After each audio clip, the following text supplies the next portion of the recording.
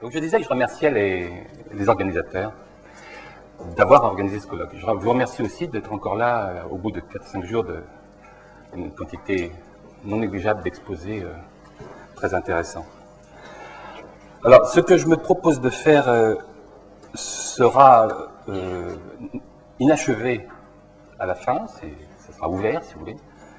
C'est d'essayer donc de soutenir cette hypothèse que donc la structuration catégoricienne consiste en un calcul des gestes mathématiques. Alors là, j'ai essayé de peser les mots, c'est-à-dire que ça ne consiste pas en une saisie conceptuelle, ça consiste en l'établissement d'un calcul, donc des mathématiques, et c'est plutôt des gestes que des idées ou des pensées mathématiques. Donc voilà ce que je veux soutenir. Alors je vais d'abord, voilà mon plan.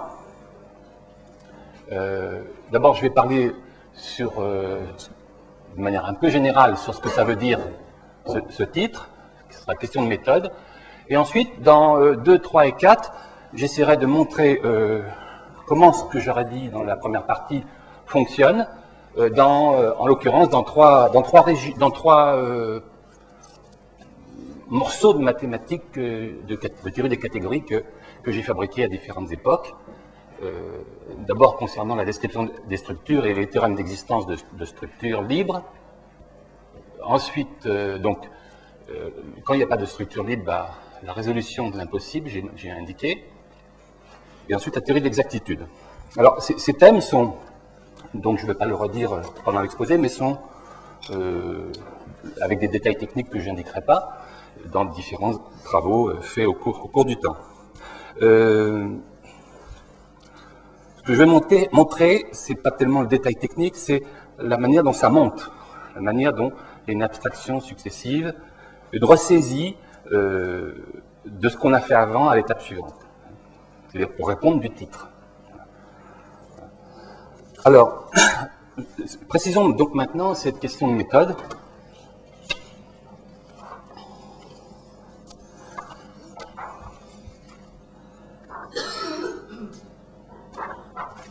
Je suis un peu perturbé aussi avec le fait de faire des transparences que j'ai jamais fait. Donc j'ai mis dans le 1 4 points l'idée qu'il s'agit d'un calcul des gestes, c'est-à-dire d'une auto-analyse de l'invention mathématique. Donc c'est un thème qui a été beaucoup développé pendant ces jours-ci, qu'il est question d'une réflexivité de la mathématique sur elle-même, qui se regarde faire et qui tient ses progrès du fait de s'observer. Bon. Alors, ce que je voudrais renforcer, en disant qu'il ne s'agit pas seulement d'une observation qui ensuite agirait comme un guide informel, un bon guide mais informel de l'extérieur de la mathématique, mais qu'il s'agit effectivement d'installer cette observation elle-même comme un objet mathématique, et du coup, l'interaction de l'observation avec la mathématique se fait, in fine, bien entendu, se fera mathématiquement. Voilà. Donc, je pense que ça fait partie du projet du catégoricien que d'essayer de pousser le bouchon aussi loin que ça. Hein. Bien entendu, c'est de mesurer en un certain sens. Donc, c'est un travail sans fin, mais il y a cette insistance. Voilà. Alors, parce qu'autrement, au cours de l'histoire des mathématiques, cette idée de ressaisie, elle est permanente. Hein. Donc, ce n'est pas une nouveauté de ce point de vue-là. La nouveauté, je crois que ce qui s'invente à travers la pratique des catégoriciens, c'est ce moment de clôture, de ressaisie de l'invention par elle-même, en quelque sorte. Alors, bien entendu, vous voyez le procédé, à partir du moment où ça passe dans le calcul, ça devient un calcul, ça devient donc de la mathématique, et du coup, le catégoricien qui observe les mathématiques, en quelque sorte, observe aussi le catégoricien en travail, hein, et la théorie des catégories, qui est absolument mathématique, va elle-même continuer à se développer du fait de ces observations. Bon, mais il n'y a pas, à mon avis, il n'y a pas de séparation entre l'observation de toutes les mathématiques et l'observation de la théorie des catégories. Voilà le dispositif de départ. Bon, d'un point de vue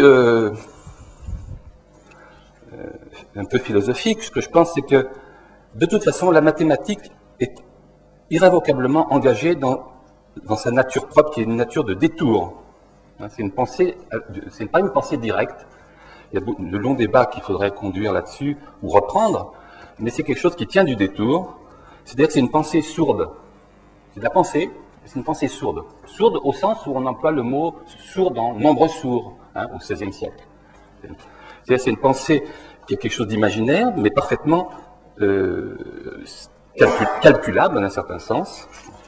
Donc on est dans un paradoxe dès le début. Ce paradoxe, c'est le même que celui de l'égalité, qui est beaucoup soulevé ici aussi. Hein.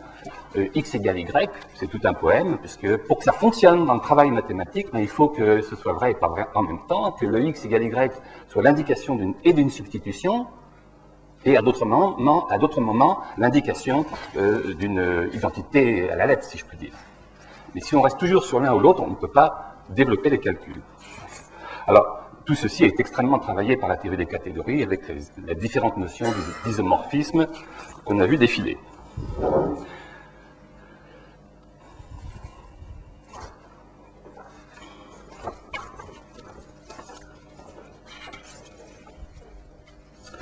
Alors, de ce point de vue, la notion de structure a trouvé à s'élaborer de manière lente, à partir d'une version ensembliste de la notion en question, et puis dans des versions plus ou moins de plus en plus catégoriques, mais qui ne sont pas complètement détachées disons, de nécessité ensembliste. Mais dans l'état d'esprit que j'annonce là, ce qu'il faut imaginer, c'est que les structures jouent dans la pratique mathématique un rôle tout à fait semblable à celui que, par exemple, Carnot décelait pour les infiniment petits. C'est-à-dire que ce sont comme des enzymes, ce sont des objets qu'on met dans la machine pour calculer, et à la fin, ils sont éliminés et on a le résultat.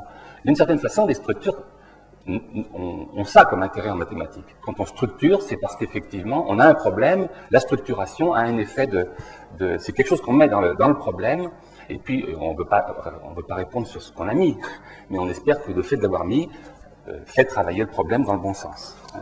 Donc ce sont des catalyseurs de la démonstration. Voilà. Alors évidemment, c'est donc pas tout à fait nécessaire d'avoir si on prend ça, d'avoir une théorie des structures qui soit une théorie fondationnelle, je dirais. On n'a pas besoin de fonder la théorie de ça. On prend un truc dans sa poche, on le met, puis après on le récupère à la fin. Hein. Il y a quelque chose d'assez en l'air dans l'activité mathématique. Alors je reviendrai, après avoir montré les choses plus mathématiques, à cette question du rapport de la théorie des structures en tant qu'outil pour l'analyse de l'activité mathématique, hein, parce que c'est de ça qu'il s'agit. Avec les catégories, je ne dis pas qu'on analyse le savoir mathématique, je dis qu'on analyse la pratique mathématique, ce qu'on fait vraiment. Et à ce titre-là, les structures n'ont pas du tout la même place que dans un projet fondationnel. Bon, alors j'annonce déjà un petit peu la couleur de mes conceptions. Hein. D'une certaine manière, c'est un peu provocateur, mais les problèmes fondationnels ne m'intéressent pas, les problèmes logiques très peu. J'essaierai d'expliquer pourquoi. D'une certaine manière, mon travail à moi, je ne dis pas que c'est celui de tous les catégoriciens, mais mon travail à moi dans la théorie des catégories a pour ambition une ambition qui échoue pour l'instant, de me décharger du contexte ensembliste. Et elle a aussi pour ambition, mais celle-ci a réussi à mon sens, de me décharger d'une pratique logicienne. Par quoi la logique va être remplacée? Ça, je sais à peu près le dire. Par quoi remplacer la théorie des ensembles? Ça, je ne sais pas encore le dire. Mais ça reste ouvert.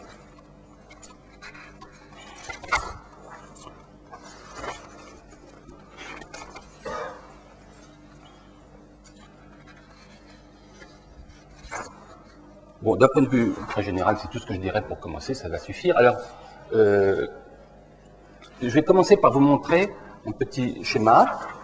Donc, c'est le 2, l'évidement. Donc, c'est la question de l'objet.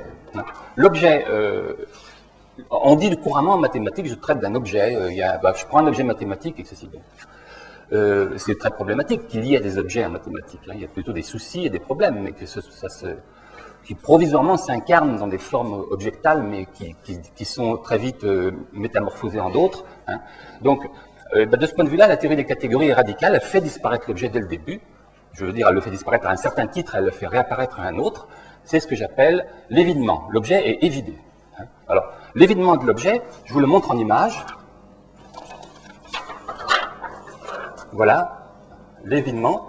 C'est-à-dire, c'est quelque chose qui va du dedans de l'objet vers son dehors. Hein. Un objet au sens ensemblisto traditionnel, si vous voulez, c'est une sorte d'ensemble X avec des tas de choses dedans, qui relient les éléments, des opérations, des topologies, peu importe. Bon, c'est mon objet X en haut. Dans un premier temps, on analyse les rapports de cet objet avec ses morceaux. Hein, c'est la deuxième image.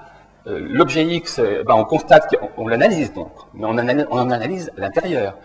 Et ces morceaux, on les pense à l'extérieur déjà un petit peu. Donc c'est différents morceaux de l'objet qui sont reliés à leur place dans l'objet. L'étape suivante ici, bien sûr, ça c'est décisif, c'est de dire que tous ces morceaux, et éventuellement d'autres auxquels on n'a pas pensé, mais qui seraient de même nature, constituent alors les objets d'une catégorie. Et vous voyez que là, on ne voit plus l'intérieur des objets, ce sont des simples croisements de réseaux. Hein. L'objet X lui-même apparaît à la croisée de certaines relations purement fonctionnelles, indiquées par les flèches, tout ceci dans une catégorie C. Bon. Donc déjà, l'objet qui était ensembliste, là, il est tout de suite saisi comme purement défini par sa place dans un réseau. Bon.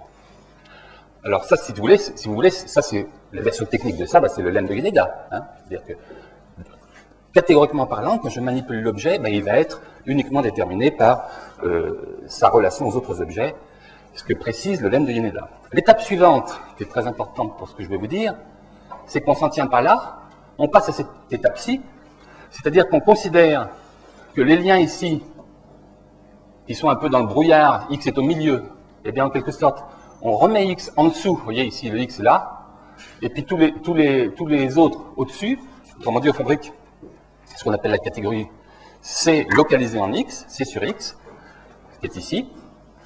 On rappelle ici la catégorie C, et puis là il y a un functeur double, un functeur qui oublie X en quelque sorte. Alors ça c'est une fibration, c'est un modèle simple et important de fibration bien sûr, laquelle donnée est enfin décrite abstraitement ici, à nouveau comme une flèche entre deux points, C sur X et C. Et c'est pour cette raison donc que tout objet est une flèche. Tout objet est une flèche, notamment celle-ci. Il y a peut-être d'autres procédés, mais ce procédé-là est très canonique et très naturel. Donc tout objet est en fait déjà l'indication d'un changement et d'un mouvement. De même, quand on a une flèche dans une catégorie, on peut toujours la voir évidemment comme un objet dans la catégorie des morphismes entre flèches. Donc toute flèche est aussi un objet.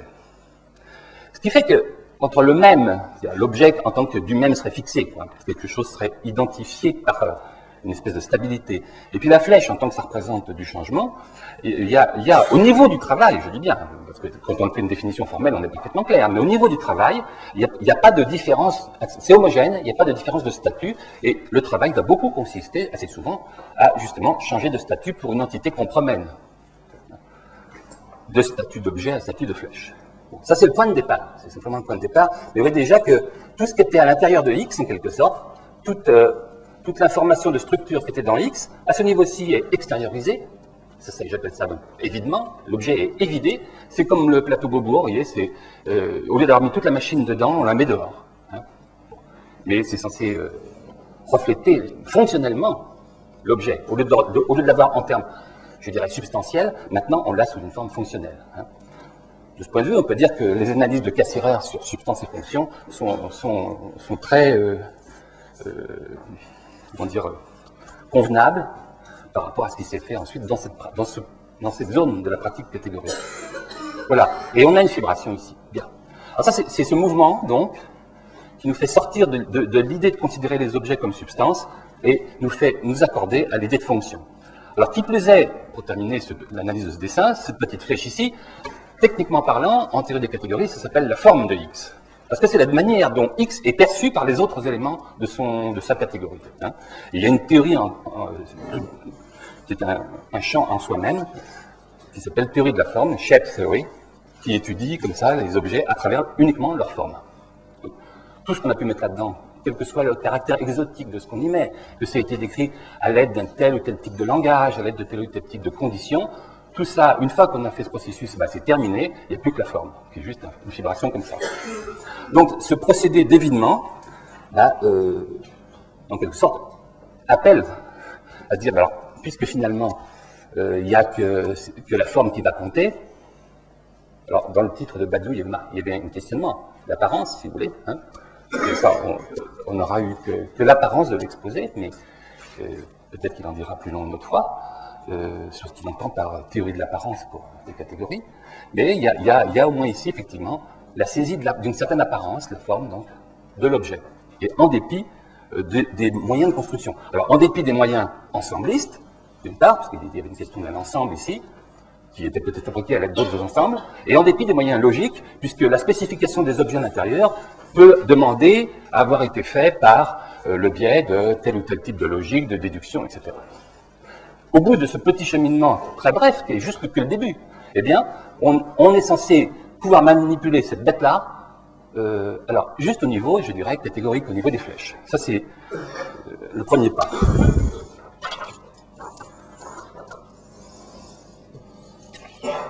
Alors, j'ai voulu mettre aussi dans le thème une question de méthode, la question de l'exactitude ou logique expulsée. Alors, de quoi s'agit-il? Justement, si on raisonne en termes de propriétés sur les flèches et donc en termes de propriétés universelles pour manipuler les objets, pour les étudier, les spécifications les plus importantes vont être celles du type suivant. On va dire, tel objet est à la fois une certaine limite inductive, mais il est aussi une certaine limite projective. De manière, par exemple, un cercle, c'est à la fois quelque chose de projectif, c'est-à-dire c'est défini par une équation dans le plan, mais c'est aussi défini de manière inductive par un recollement de deux segments. Et le théorème qui nous dit que les deux sont isomorphes, faut le démontrer, hein, mais on va dire que ça c'est une formule qui concerne l'idée du cercle. Bon. La démonstration de ça habituellement se fait en termes, il faut analyser les équations, il y a plein de logique. Hein.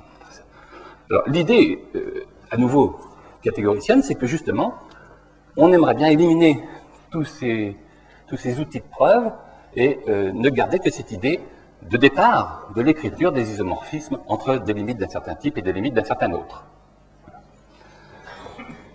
Alors, il y a à ce titre-là quelque chose qui est très précieux, parce que quand on écrit qu'une limite inductive est égale à une limite projective, d'une certaine façon, on écrit ce qu'on appelle, en théorie des catégories, une formule d'exactitude.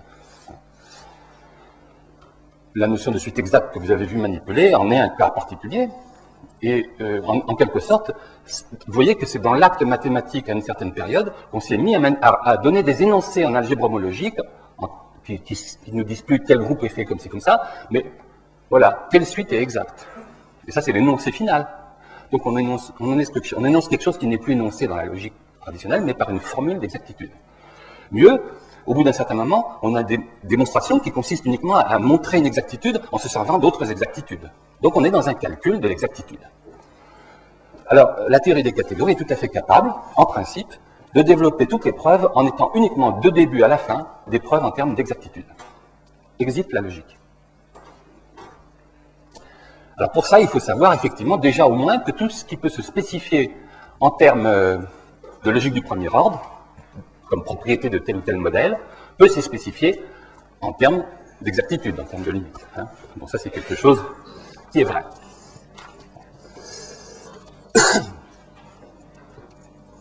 Alors le quatrième point, c'est l'idée que toute structure toute structure est sur une catégorie, non plus sur un ensemble. C'est-à-dire, il s'agit de comprendre que chaque fois que vous me donnerez n'importe quel genre de structure habituelle, hein, de l'histoire, groupe, anneau, corps, topologie, etc., il va toujours se dégager, non pas un ensemble sous-jacent naturel, mais une catégorie naturelle. Alors, cette catégorie va être considérée comme le support de la structure.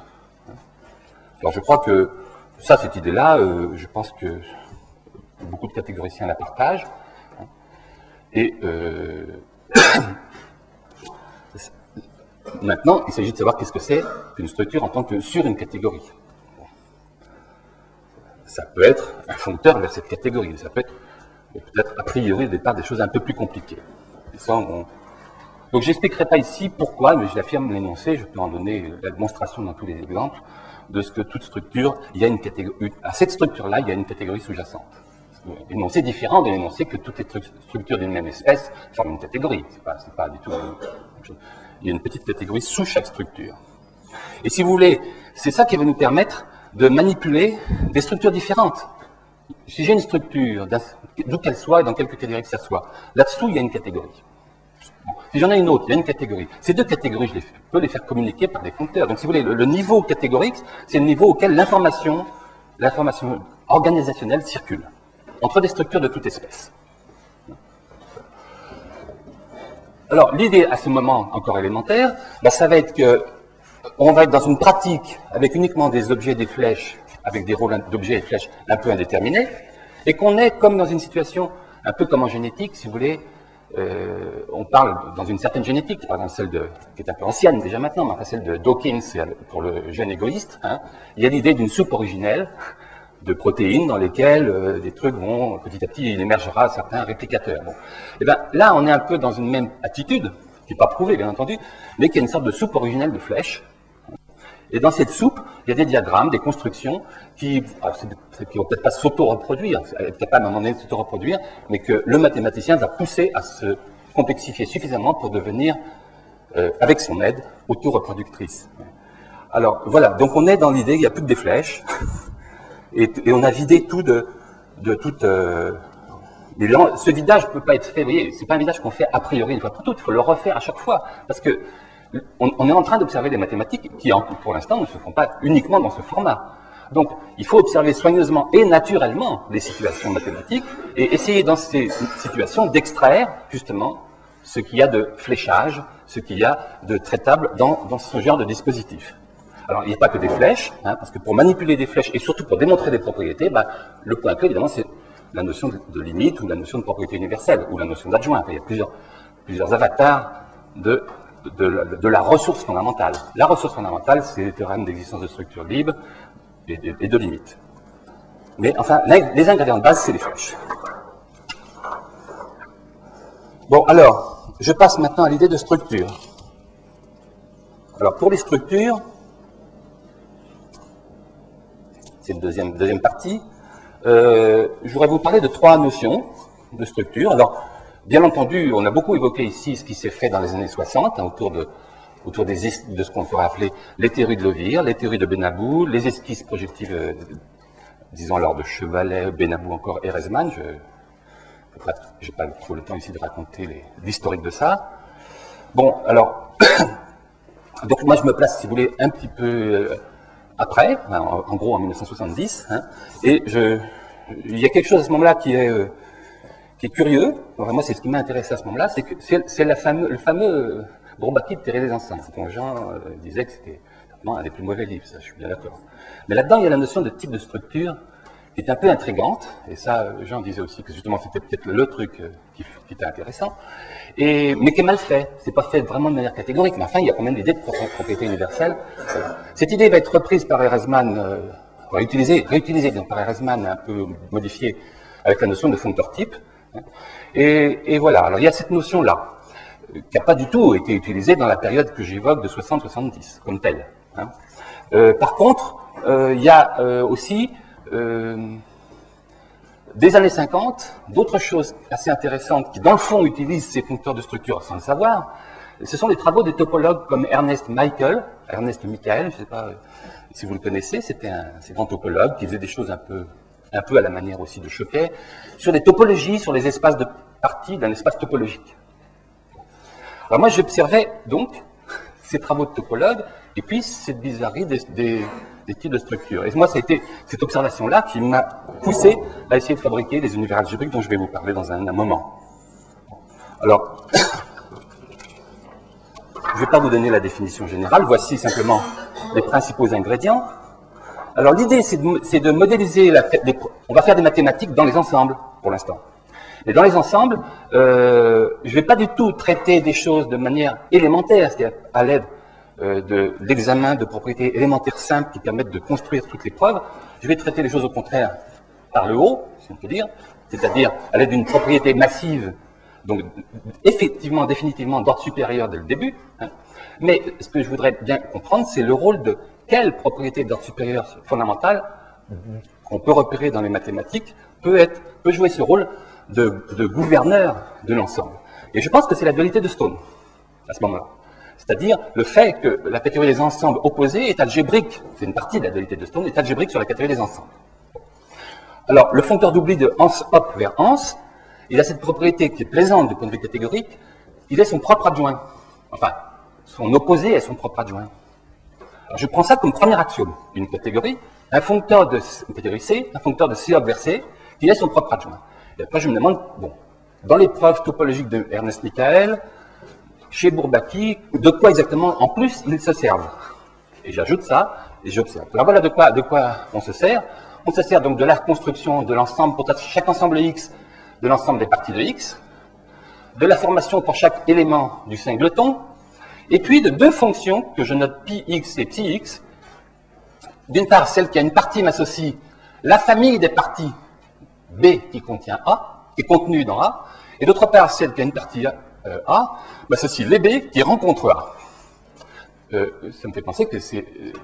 je n'ai pas pensé à le dire tout à l'heure, mais ça c'est très exactement, ce couple pi psi est très exactement, fondamentalement, vraiment lié à l'idée de frontière aussi. Il faudra qu'on en reparle de cette chose-là. Parce qu'il y a deux manières, si vous voulez, on peut montrer, si vous voulez, que le calcul des adhérences sur un espace topologique peut se décrire de manière purement équationnelle à l'aide de ces deux opérateurs. Et il y en a un qui est une espèce de forme virtuelle de l'ouverture et l'autre de la fermeture. Alors, ces deux opérateurs, ensuite le produit cartésien, les projections, l'accouplement, petit c, qui a une paire associée, la paire désordonnée. Voilà. Alors ce qui se passe, c'est ça que la théorie des univers algébriques, c'est ça, c'est que on peut, entre ces données, mettre des équations, uniquement des équations, telles que, ensuite, dans un univers algébrique, on puisse définir, par équation aussi, uniquement, sans propriété universelle, donc juste des équations, tous les types de structures algébriques ou du premier ordre, topologique, enfin tous les types de structures que Bourbaki considère. Hein. Voilà, donc ça c'est une théorie d'équationnalisation de l'entreprise bourbakiste. Bon, c'était le but, mais aussitôt fait, évidemment, je me rends compte qu'il y a d'autres exemples. Et je visais une situation bien particulière, mais il y a d'autres exemples, bien sûr. Les autres exemples, c'est les topos, les ensembles flous, sont des exemples de ce procédé. Alors, à ce moment-là, on a une théorie des structures qui est au maximum sémantique, si vous voulez. C'est-à-dire, on a mis tous nos ingrédients pour travailler dans la sémantique, dans C qui joue le rôle de Hans. Et quand on voudra prendre des structures, on prend des choses là-dedans avec des équations. Ça, c'est une version complètement sémantique, maximum, et d'ordre supérieur. Deuxième idée, alors qui a été fait beaucoup plus tard, mais enfin, qui a été fait une dizaine d'années après, pour d'autres raisons. Alors voilà une idée très simple, c'est l'idée d'algèbre figurative. Alors là, c'est une idée en quelque sorte mixte entre sémantique et syntaxe. J'ai donné un exemple très naïf, mais qui suffit à comprendre l'idée dans sa généralité. Une catégorie F dont les objets sont pensés comme des figures, une autre catégorie S dont les objets sont pensés comme des supports. Alors, pour la compréhension, j'ai dessiné les objets avec un intérieur pour que vous voyez ce que j'y pense dedans, mais bien entendu, on est dans l'évidement, hein, en réalité. Alors, par exemple, ici, vous avez la figure de deux points, et là, la figure d'un trait et d'une perpendiculaire, la médiatrice, donc, des deux points. Et puis, vous avez la flèche mu, qui est une flèche formelle, qui est rajoutée, pas dans la catégorie F, donc on ajoute des flèches à F, et cette flèche représente l'opération de prendre la médiatrice. Sur cette opération, on pourra mettre des axiomes, bien entendu. Maintenant, ici, j'ai D, c'est la donnée d'un accouplement de F et de S, et ça permet de fabriquer pour chaque F dans F et pour chaque S dans S, un muscle, là, un ensemble, dont les éléments sont pensés comme des dessins de la figure F dans le support S. Alors, si je prends un dessin D, ici, je ne l'ai pas fait, mais ici, ça veut dire que c'est l'idée des deux points va être réalisée dans le support. Et ça veut dire qu'à ce moment-là, je fais le dessin de deux points. Et quand je propose formellement avec le mu, eh bien, ça me fait fabriquer la médiatrice. Donc, à ce moment-là, l'opération de fabriquer la médiatrice est une opération qui est décrite a priori, mais qui va être réalisée dans le support par cette composition formelle. Alors, je n'en dis pas plus sur le formalisme général qui permet de présenter toute théorie sous cette forme. Mais vous voyez, là, l'idée est déjà différente parce que là, on est dans un entre-deux, entre une syntaxe et une sémantique, si vous voulez. Ils ne sont pas précisés d'ailleurs dans leur statut par rapport à Hans. Hein, c'est un peu différent. Qu'est-ce qui peut se décrire comme ça, avec des équations, des conditions diverses? Bon, tout. Donc en même temps, c'est plaisant, mais en même temps, si tout se décrit, on n'aura aucun théorème.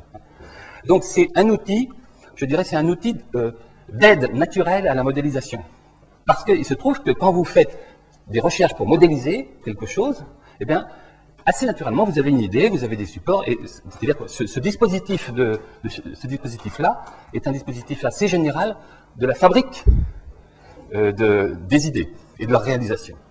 Donc c'est à ce titre-là que cette théorie est proposée comme une théorie intermédiaire, mais après on va proposer des moyens de contrôle, taille des objets, représentabilité des foncteurs en jeu, et à l'aide de tout ça, évidemment, dès qu'on mettra ce genre de contrôle, on aura des théorèmes. Pour l'instant, il y a une espèce de métathéorème.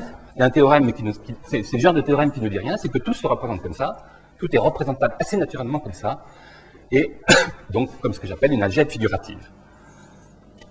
Alors, il faut donc ensuite être plus précis pour ce qui est de l'utilité de ce genre de choses. Troisième possibilité, alors une possibilité qui, elle, sera au contraire au maximum syntaxique. Alors, c'est l'idée d'esquisse, donc que j'évoquais tout à l'heure. Alors, moi, je suis élève d'Erasmus, donc je l'ai appris de la bouche d'Erasmus, et j'en ai appris l'histoire un peu en même temps, mais surtout un peu plus tard. Donc, je veux dire, après l'avoir appris, j'ai dû apprendre l'histoire de la chose 6 mois ou 1 an après. Mais je me suis donc habitué à la manière d'écrire, de dessiner, d'esquisser qu'avait Erasmus. Alors, le mot esquisse, d'ailleurs, revient souvent dans la bouche d'Erasmus, bien avant, dans ses écrits, on peut le voir, le mot esquisser. Je vais esquisser la théorie des structures locales dans un article de 60. Il n'est pas du tout question d'esquisse, mais c'est un mot au sens naïf. Donc, il a toujours l'idée comme ça qu'on fait une espèce de un petit crayonné de la chose. Hein, et quand il le faisait au tableau, d'ailleurs, c'était bien un crayonné. Voilà. Alors, l'idée d'esquisse, c'est qu'on a une syntaxe S qui est un pur jeu de diagrammes, donc une catégorie pour aller vite. En fait, il faut que ce ne soit pas vraiment une catégorie pour que ce soit intéressant, que ce soit un graphe multiplicatif. Bon. Mais on va dire une catégorie S. Dans cette catégorie, on va sélectionner, on va pointer un certain nombre de figures particulières qui sont des diagrammes.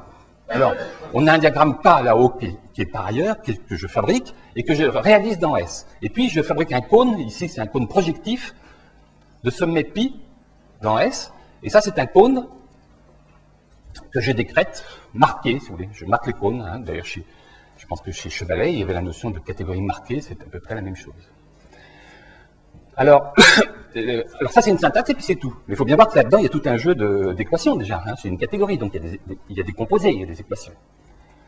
Et ça, c'est une théorie. Donc là, on est dans la philosophie de Lovir qui était rappelée tout à l'heure, enfin tout à l'heure ou hier.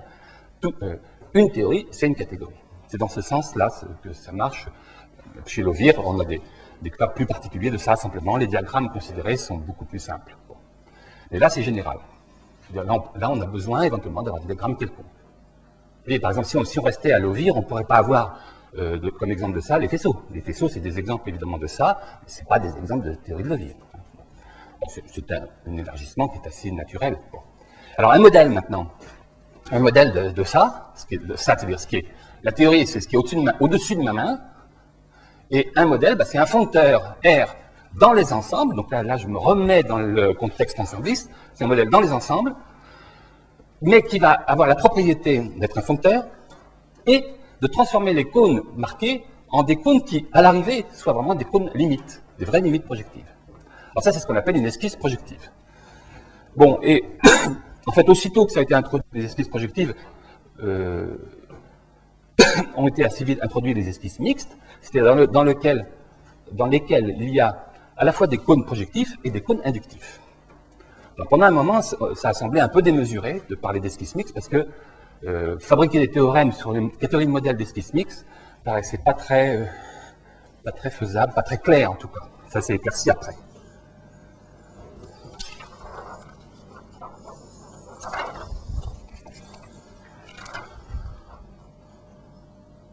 Alors, c'est un peu... Les transparents étant transparents, quand ils se superposent, il ne faut pas les mélanger. Bon, tout ça, c'est déjà fait. Ben voilà un exemple d'esquisse, hein, l'esquisse de catégorie. Voilà. Le dessin que vous avez sous les yeux, là, c'est une esquisse, à peu près comme on peut la dessiner à la va-vite, comme ça. Ça, c'est, si vous voulez, l'idée donnée par une esquisse de ce que c'est qu'une catégorie.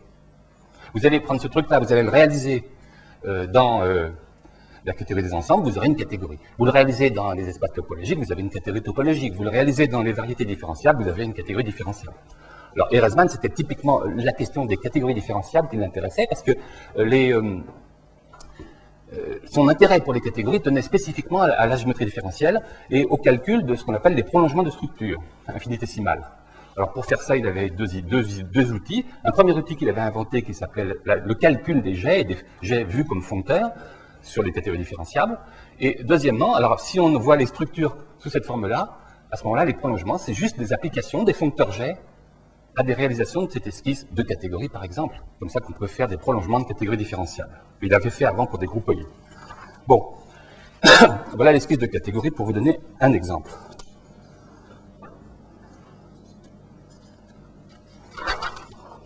Bien. Alors,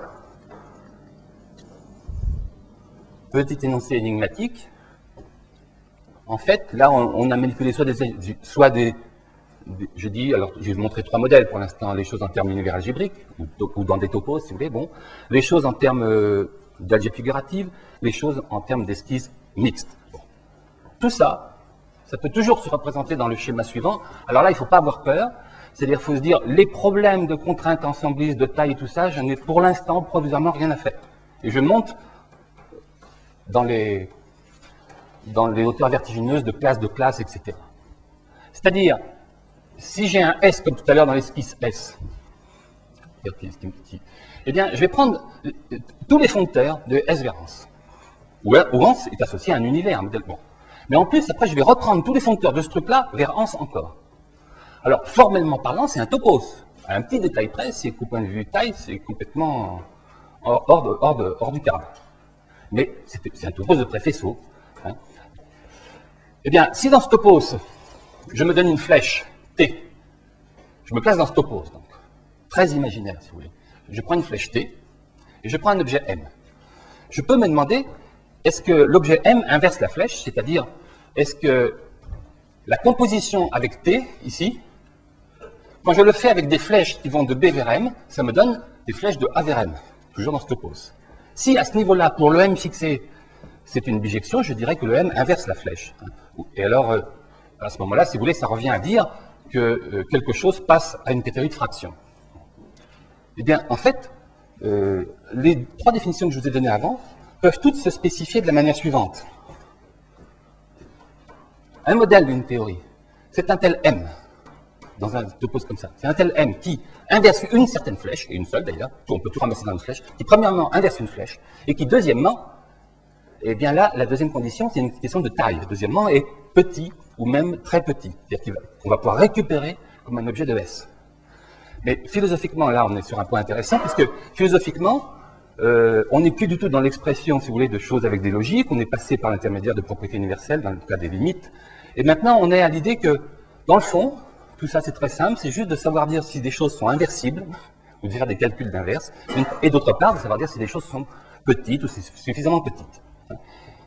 Alors là, vous voyez que, par exemple, si on adopte cette philosophie-là, on comprend l'importance de la théorie des calibrages de Benabou, parce que ça traite ni plus ni moins que rien que de la moitié la plus délicate de la question de définir tout. Alors là, évidemment, on a une petitesse bien spécifiée, puisque c'est dans une construction avec en séance, donc on peut imaginer que dans ce genre de situation, il faudra regarder, il y a des calibrages canoniques, hein, mais peut-être que justement, il y a une théorie relative à faire ici, pour traiter de la petitesse de manière plus subtile. Alors bon, ça c'est même pas c'est un métathéorème, hein, c'est complètement inutilisable. Sauf que, alors là, c'est quand même mathématiquement dit, et c'est un guide pour l'expression des structures. Alors, maintenant, si on a des conditions plus précises, j'en arrive au point résolution de l'impossible. Imaginez que vous ayez une structure qui soit décrite par une esquisse projective, et puis une autre, et entre eux, ça fait des catégories de modèles, pour une première esquisse, une certaine catégorie de modèle B, pour une deuxième esquisse projective, une catégorie de modèle A, qui est ici, et puis vous avez un foncteur d'oubli, que j'appelle U, de la première catégorie vers la seconde.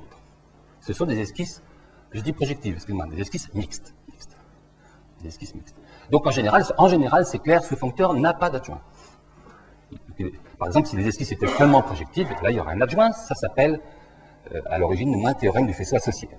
c'est à peine plus compliqué de le démontrer en général. Par contre, dans le cas mixte, il n'y a pas d'adjoint. Il n'y a pas d'adjoint, donc on cherche un théorème pour fabriquer des structures libres. On cherche l'adjoint élément par élément. Hein. Fabriquer un adjoint, bah, si on ne l'a pas comme ça, on essaie de prendre un objet, l'objet A dans A, et puis à partir de là, de fabriquer une structure libre. Alors, l'idée, donc là, il y a un théorème, c'est qu'il n'y a pas de structure libre, mais il y a quand même, alors c'est là qu'on va récupérer des gestes, hein, il y a quand même nos gestes pour tenter d'en fabriquer. Ces gestes qu'on fait pour tenter, ça va échouer, tous les gestes vont échouer, hein, parce qu'il n'y en a pas. Mais tous les gestes qu'on fait pour tenter de fabriquer des structures libres, c'est-à-dire, on fabrique des termes, si vous voulez. Hein. Quand il y a des structures libres, c'est ce qu'on fait. On fabrique des algèbres de termes, puis après, on vérifie que ça marche. Ici, ça ne marche pas. Pourquoi? Parce que si on fabrique des termes éventuels à fabriquer, eh ben, en réalité, il y a des indéterminés sur lesquels on a un choix à faire. Et suivant le choix qu'on fait, eh ben, après, la suite de la construction va bifurquer dans un sens ou dans l'autre. Donc, ce choix produit dans les tentatives une véritable explosion. Donc, l'objet A explose. Alors, l'explosion, si vous voulez, vous pouvez la voir ici. L'objet A, vous tentez progressivement de le résoudre. Mais en fait, les points de branchement ici, c'est des points où vous intervenez de manière artificielle et arbitraire, hein, comme une boîte noire, si vous voulez. Et vous introduisez un choix, alors que dans une construction libre, une fois que vous avez fabriqué les termes, c'est fini. Bon. Là, il faut relancer la machine à chaque fois, il faut mettre du charbon, et suivant ce que vous mettez, ça va aller dans une direction ou dans l'autre. Un exemple simple. Partez d'un anneau, l'anneau Z, et essayez de fabriquer à partir de là un corps. Un corps qui soit libre. Ben, ça n'existe pas. Un corps libre, ça n'existe pas, mais quand même, on a quand même bien la notion qu'à partir de Z, il y a des corps privilégiés, à savoir les Z sur TZ, hein, les corps cycliques, et puis Q. Alors en effet, si on tente de fabriquer à partir de Z un corps, eh bien on va produire exactement ce que je viens de dire, et ce que je viens de dire forme une assemblée, forme un petit diagramme, forme l'explosion. Z a explosé et est devenu cette collection de corps. Bon, ce que je viens de vous dire sur l'exemple à nos corps marche absolument pour toutes les structures esquissées de manière mixte. Et c'est cette explosion générale qu'il faut faire transfiniment. Hein.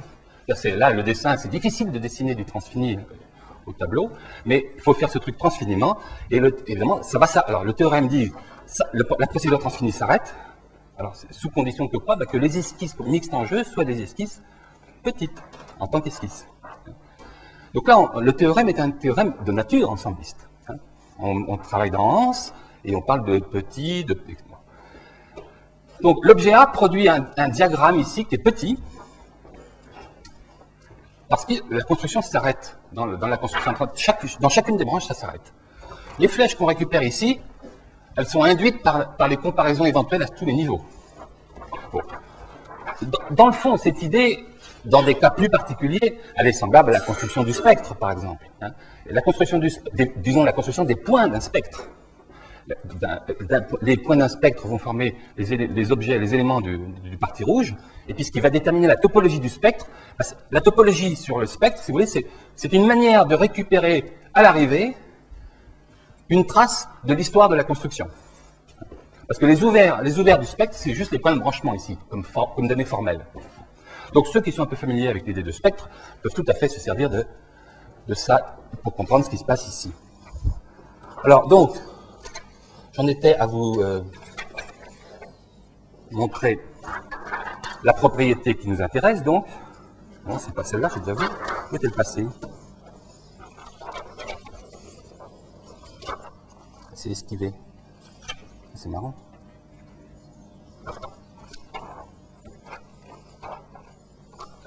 Tout est fait.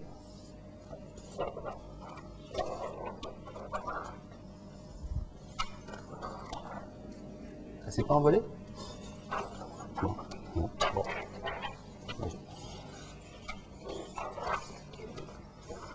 Ah, moi, j'ai jamais manipulé de transparence, ça se voit. Hein. Ah, voilà. J'étais sur la fiche qui est noire, et là, vous voyez. Voilà. Alors, la propriété de structure libre est énoncée ici. Alors, en formule, pour ceux qui savent lire les catégories et les limites, c'est la formule qui est ici. Bon, mais en fait, ça se voit très bien de manière diagrammatique, on peut faire les dessins. Hein. Voilà.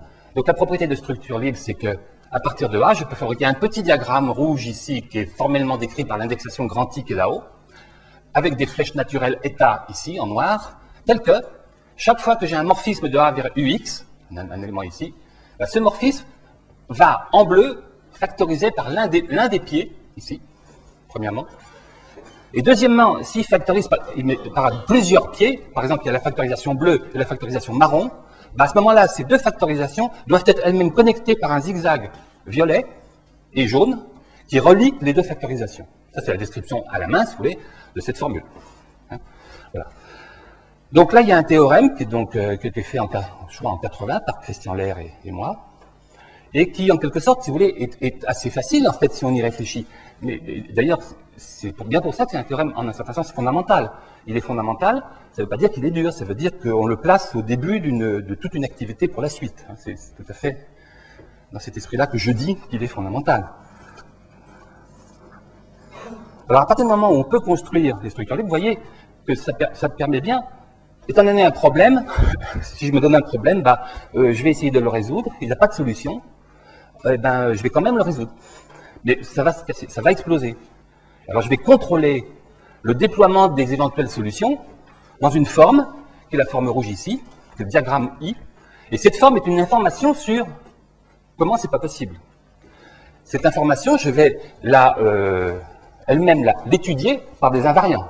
Par exemple, la catégorie I qui est ici, je peux très bien regarder le groupe fondamental. Et ça, c'est un groupe qui mesure une certaine ambiguïté dans la résolution éventuelle du problème qui est posé. Alors, il faut quand même, pour qu'on comprenne bien que ça mérite le nom de résolution de l'impossible, il faut bien montrer, ce qui est exact, que tous les problèmes ordinaires qui n'ont pas de solution peuvent se mettre dans ce format. Dans ce format, construire une structure libre pour un foncteur entre-splice mixte. C'est le cas, par exemple, du fameux problème de résolution des équations auxquelles s'attaque Galois. Hein, les équations qu'on veut résoudre, bah, il y a une ambiguïté, vous savez, c'est le groupe de Galois. Évidemment, c'est pas simple à voir. Mais résoudre un polynôme, si vous voulez, c'est le décomposer en facteurs simples. Hein. Alors ici, grand A sera une catégorie de polynômes, grand B sera une catégorie de polynômes réputés simples, et à ce moment-là, il s'agit, à partir d'un polynôme quelconque, de lui associer de manière universelle un polynôme simple. Ce n'est pas possible. Mais on peut lui associer un diagramme localement libre simple. Ce diagramme, localement libre simple, associé au polynôme, si on en prend le groupe fondamental, c'est le groupe de Galois. Et donc, c'est vraiment une extension de la conception, de l'analyse de l'ambiguïté qui est mise en place ici. Alors, j'en suis à la page 8.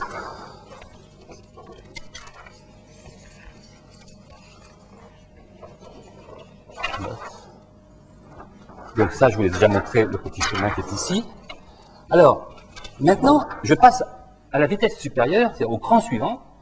Maintenant, on a, avec cette conception de diagramme localement libre et ces descriptions diagrammatiques des structures, on a maintenant une procédure générale de résolution formelle, si vous voulez, hein, de problèmes. Mais ça, c'est du travail mathématique que je viens de faire là. Donc ce travail devient maintenant un objet mathématique. Comment? Ben ça, c'est là qu'est la notion d'exactitude. Je reviens sur l'exactitude, hein, et je vais vous montrer ça sous cette forme-là. Si je trouve le transparent. Voilà. Alors voilà, c'est pas encore la forme définitive, mais voilà ce que j'entends par théorie d'exactitude.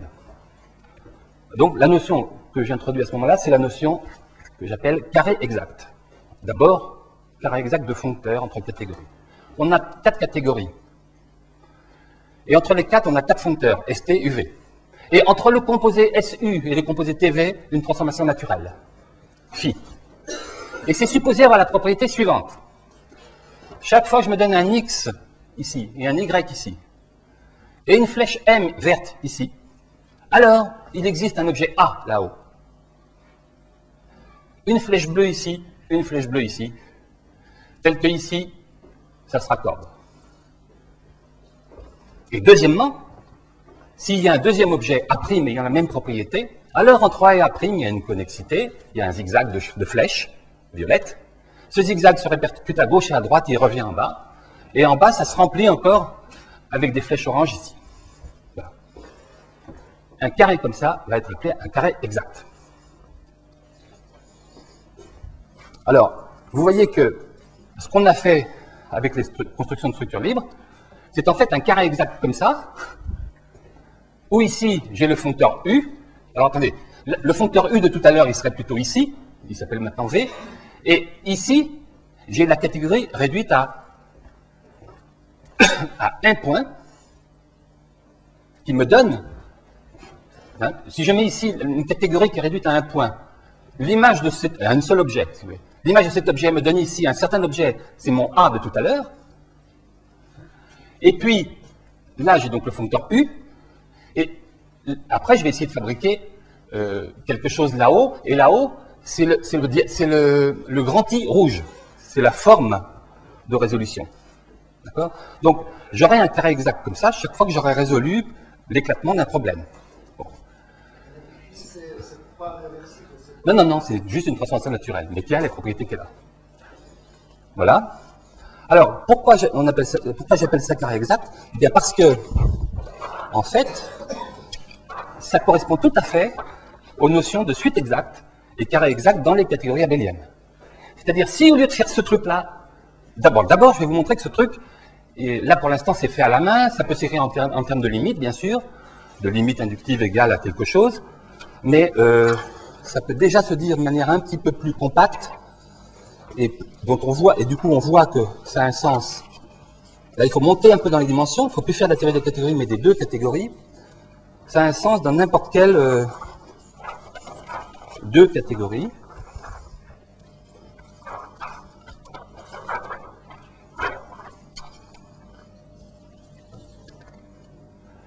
Ici, on peut oublier ce qu'il y a là-dedans, et ce qu'il y a là-dedans, et ce qu'il y a là-dedans, et ces données qui sont là, les voir comme des flèches qui rentrent dans la catégorie. Hein.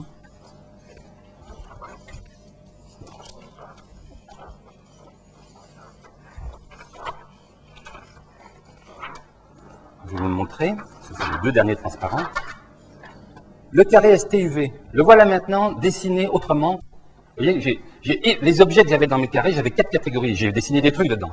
Maintenant, c'est toujours la procédure d'évitement, je ne vais plus savoir ce qu'il y a dedans, et tout ce qu'il y a dedans, je vais le remettre à l'extérieur, et je vais donc avoir une fabrication abstraite dans la catégorie 4, plus exactement dans la 2 catégorie 4. Donc du coup, maintenant, le dessin que vous avez sous les yeux, c'est un dessin qui est dans la 2 catégorie des catégories. Le STUV de tout à l'heure, ben, il est là, et la propriété que j'ai donnée tout à l'heure va maintenant pouvoir se dire de manière élémentaire, en disant de la manière suivante, chaque fois que j'ai une telle donnée en bleu, un foncteur ici, et une transformation naturelle mu qui va de là jusque là. Et puis, la même chose en vert, qui va de là-haut jusque là et jusque là. Chaque fois que je me donne 2 telles données, je peux les accoupler, donc à ce moment-là, ça paraît être une donnée supplémentaire. Je peux les accoupler et fabriquer à l'aide de mu et lambda, quelque chose que je note mu tenseur lambda, c'est une pure notation pour l'instant, et qui va de f mu fm vers gn. Je peux les accoupler de manière à ce que, 2 propriétés, à ce que ce soit bilinéaire, si vous voulez, c'est-à-dire à ce que, si je fais précéder là-haut, suivre ici d'une flèche, ça commute avec l'opération d'accouplement.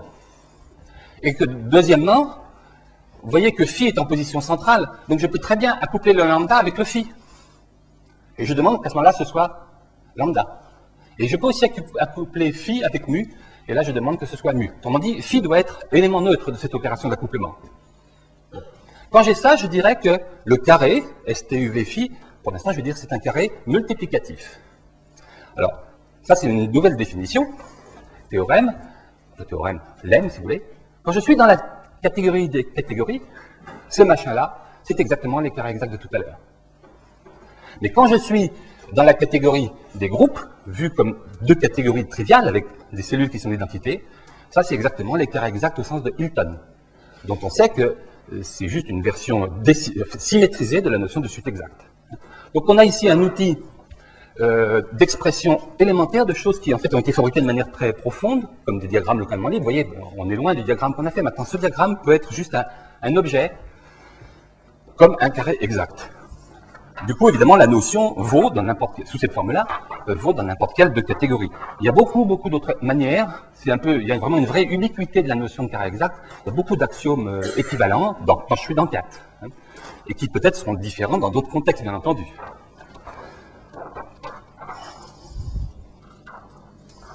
Bien. Alors, à ce stade-là, la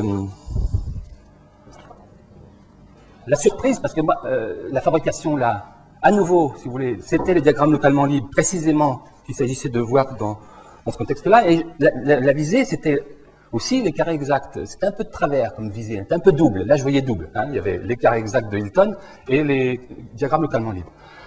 Bon, mais la surprise, si vous voulez, c'est qu'à ce moment-là, il y a un phénomène d'homogénéisation. C'est-à-dire que la plupart des outils habituellement utilisés en théorie des catégories, la notion de foncteur adjoint, alors le lemme de Guénéda d'abord, ensuite la notion de foncteur adjoint, la notion de foncteur pleinement fidèle, alors les diagrammes localement libres, donc en particulier les structures libres, mais ça je l'ai déjà dit, c'est les foncteurs adjoints, et beaucoup d'autres choses, en particulier un traitement formel, si vous voulez, des extensions de Kahn, à droite et à gauche, bah, tout ça n'est plus, si je puis dire, qu'affaire d'un petit jeu de domino avec des carrés exacts. Parce que toutes ces notions que je viens de nommer s'expriment par le fait que tel ou tel ou tel carré est exact. Par exemple, ce carré-là est toujours exact. Enfin, si on le regarde dans le détail, c'est le lemme de Guénéda.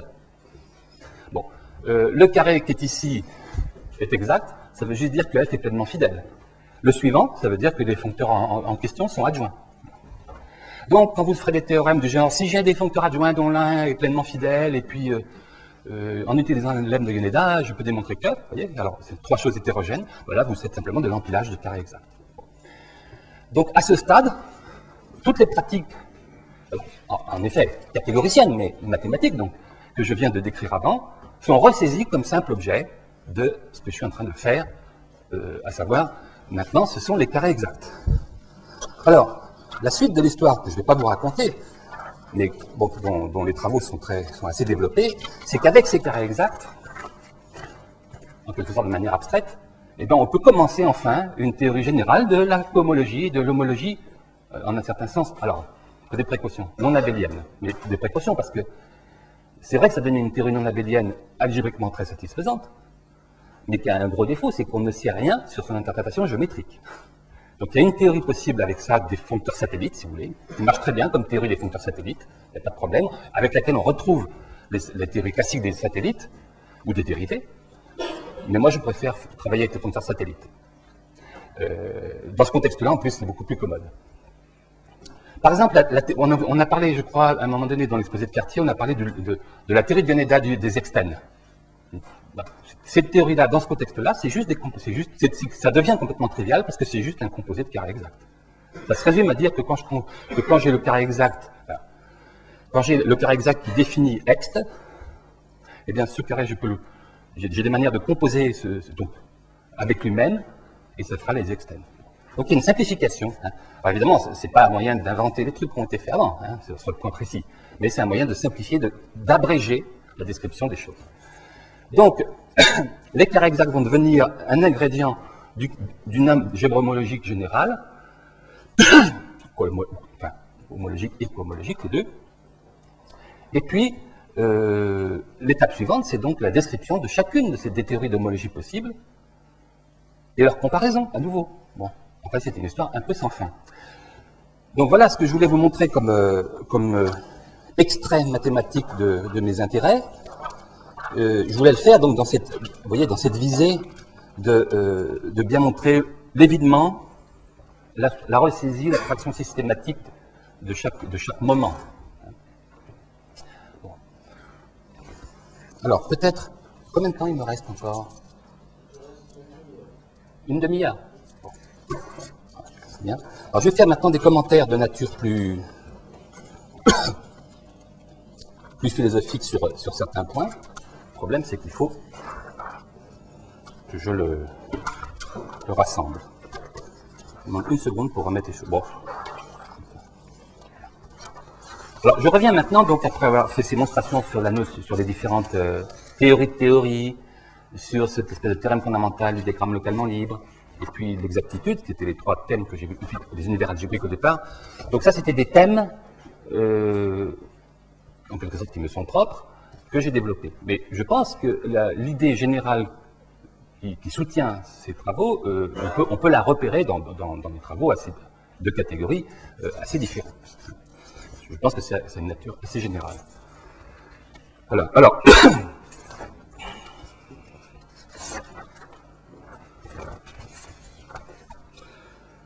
pour revenir donc maintenant à la question qui m'importe, qui est de surveiller le travail mathématique et de faire une théorie de ce travail en train de se faire. Donc, en un certain sens, le travail mathématique dans sa naturalité. J'ai donc il y a un corollaire immédiat de ça, c'est en un certain sens la théorie des ensembles doit être évacuée autant que possible, on n'y arrive pas. Pourquoi? Parce que le mathématicien ne se sert pas vraiment de la théorie des ensembles. Et puis la logique aussi, parce que le mathématicien ne se sert pas non plus vraiment de la logique. Pas tout à fait vrai ça, mais disons que par exemple, quelqu'un qui est en train de faire de l'algèbre homologique avec des suites exactes, il n'en a vraiment rien à secouer de la logique, il fait ses calculs. Bon. Donc là, si vous voulez, je suis sur une position, je dirais, complètement cartésienne. C'est-à-dire que ma position vis-à-vis de la représentation en tant que du donné nouveau mathématique, de l'activité mathématique, elle est sous ces conditions d'être une pensée cartésienne, c'est une méthode cartésienne, en un certain sens. Alors je remonte donc à l'idée telle qu'on peut la pointer au début du XVIe siècle. Au début du XVIe siècle, Léonard de Vinci, par exemple. Léonard de Vinci fabrique des machines. Et chaque machine qu'il fabrique est vraiment pensée par lui comme une espèce de lettre d'un grand alphabet. Et on va composer ces alphabets, les lettres de cet alphabet, certes pour faire d'autres machines aussi, mais il fabrique chaque machine un peu comme une sorte de gros idéogramme. Et il est dans une pensée, en quelque sorte, non pas de l'analyse élément par élément, mais directement de la production d'un objet complexe, qui a une certaine vertu de naturel. Ici, dans ce que je vous ai montré, les objets avec leur évidement, qu'est-ce qu'on fait dans le fond? On met en évidence la vertu des objets, au sens XVIe siècle, c'est-à-dire leur force d'intervention dans un réseau. Donc c'est vraiment la vertu des objets qui nous intéresse. Alors certes, on peut dire que c'est une apparence, c'est l'extérieur, mais ce n'est pas une apparence neutre, c'est une apparence active, c'est la vertu, la force. Alors cette force-là, ça c'est vraiment le sujet, je dirais, au XVIe siècle, de beaucoup de personnes, qui ont vraiment l'idée d'écrire la force de ce qu'ils font, et de l'écrire directement, tel que. Alors prenez Jacques Pelletier-du-Mans, qui par exemple écrit des traités d'algèbre et aussi écrit de la poésie, mais sa pensée sur l'algèbre, c'est une pensée d'écrire l'activité de celui qui fait du calcul. Ce n'est pas du tout une pensée fondationnelle ou une pensée. Alors de même, il y a d'autres gens dans la musique, par exemple, on se détache, au XVIe siècle c'est typique, on se détache complètement, disons, d'une pensée pythagoricienne. On commence à avoir la notion qu'on va écrire quelque chose qui est en relation directe, et qui est même l'écriture du geste de celui qui fait le boulot sur la machine, sur l'instrument, et aussi de l'autre geste de celui qui compose. C'est-à-dire que la théorie musicale devient une théorie de la composition et pas une théorie de l'adéquation avec une soi-disant harmonie préétablie, préconçue en quelque sorte. Bon. Viette, il fait quelque chose d'un petit peu clôturant dans tout ça, dans le champ de la mathématique, pour une raison simple, c'est qu'il a l'idée assez géniale. Certainement d'autres l'ont eu avant, mais lui, il l'a clairement et explicitement, c'est d'introduire des lettres pour désigner dans les calculs à la fois ce qui est connu et ce qui est inconnu, ce qui les rend homogènes et ce qui permet que ça fonctionne ensemble. Bon. Ça, c'est un point. Alors, il n'est pas arrivé tout à fait au bout, parce qu'au point de vue des notations, c'est assez joyeux. Mais voilà. Alors, c'est-à-dire que les gens n'ont pas du tout l'idée de fonder, mais d'écrire ce qui se fait en prenant le train en marche, en quelque sorte. On monte dans le train de ce qu'on fait, et ce qu'on fait, on l'écrit. Et cette écriture de ce qu'on est en train de faire doit agir sur le faire lui-même. Vous voyez ? Bon. Alors, ensuite, il y a la pensée de Descartes à ce sujet, que je ne vais pas résumer en 5 minutes, mais je vais m'emparer juste d'un point ou deux sur ce point-là. Et Descartes a tout à fait la notion que ce qui compte dans sa méthode, c'est justement de faire une méthode qui soit une méthode d'invention. Pas une méthode pour fonder, c'est une méthode pour trouver. Bon. Une méthode pour trouver, ça veut dire qu'on va essayer dans chaque pas, dans le discours de la méthode, il fait des exemples, hein, la géométrie est une application de ce qu'il dit de la méthode. Dans chaque pas, il va essayer de décrire quelque chose qui soit pas fondateur au sens, ça forme un sol, hein, mais qui soit juste à l'endroit où on travaille. Le géomètre, qu'est-ce qu'il fait? Il décompose en éléments simples. Dans le fond, dans la figure, il y a des éléments, et puis c'est cette manipulation d'éléments. Alors, donc, cette géométrie analytique de Descartes, elle a des inconvénients du point de vue formel, qui sont compensés, si vous voulez, par la géométrie analytique de Fermat, dans un certain sens. Mais elle est tout à fait basée sur cette idée de décomposition-recomposition des éléments simples, lesquels, de ceux-là qu'on voit. Dans la géométrie de Descartes, il n'y a pas un nombre. Hein. Les x, les y, c'est des grandeurs des segments. Et on n'a absolument pas besoin, pour penser à la géométrie de Descartes, c'est une énorme erreur, souvent on fait, de penser la géométrie analytique de Descartes. On n'a absolument pas besoin d'avoir construit les réels avant. Ça serait une absurdité complète. C'est justement dans cette pensée qu'on écrit l'objet dont on s'empare. Et on donne un nom. Donc il y a un problème de nommer directement les actes qu'on se met à faire. Bon. Alors, le projet chez Leibniz, c'est évidemment... Là, je vais à la hache, hein, dans ce que je dis, bien entendu, mais c'est pour dégager ma manière de voir que je dis ça. Le projet chez Leibniz, c'est évidemment de mathématiques universalistes. Alors, dans le livre de Knecht, je ne sais pas comment on prononce, enfin ça s'écrit K-N-E-C-H-T, il y a un livre qui s'appelle La logique de Leibniz. C'est un livre vraiment très intéressant. Effectivement, Knecht rapproche le souci de mathématiques universalistes chez Leibniz de ce qui s'est fait en mathématiques au XIXe siècle avec la théorie des ensembles, mais surtout, dit-il, avec la théorie des catégories. Donc là, il y a un rapprochement qu'on pourrait aller vérifier en quelque sorte, mais je n'ai pas eu le temps de vérifier si c'était pertinent, si vous voulez. Mais l'idée qu'il faut une certaine unité des mathématiques et saisir les mathématiques dans leur acte serait donc, c'est sous toute réserve, je suppose qu'il y a peut-être des philosophes ici qui pourront en dire quelque chose, serait justement présente chez Leibniz déjà. Alors donc, je suis avec ma proposition, ce qui guide mon activité à moi, tout à fait, si vous voulez, dans ce sens-là, un homme du 16e, 17e, hein, un homme cartésien, c'est un homme qui ne s'intéresse pas au fondement, s'intéresse à la prise du train en marche. Ça, c'est un premier point. Alors, deuxième point, décrire l'activité mathématique. Certes, c'est intéressant, mais quel est le principe?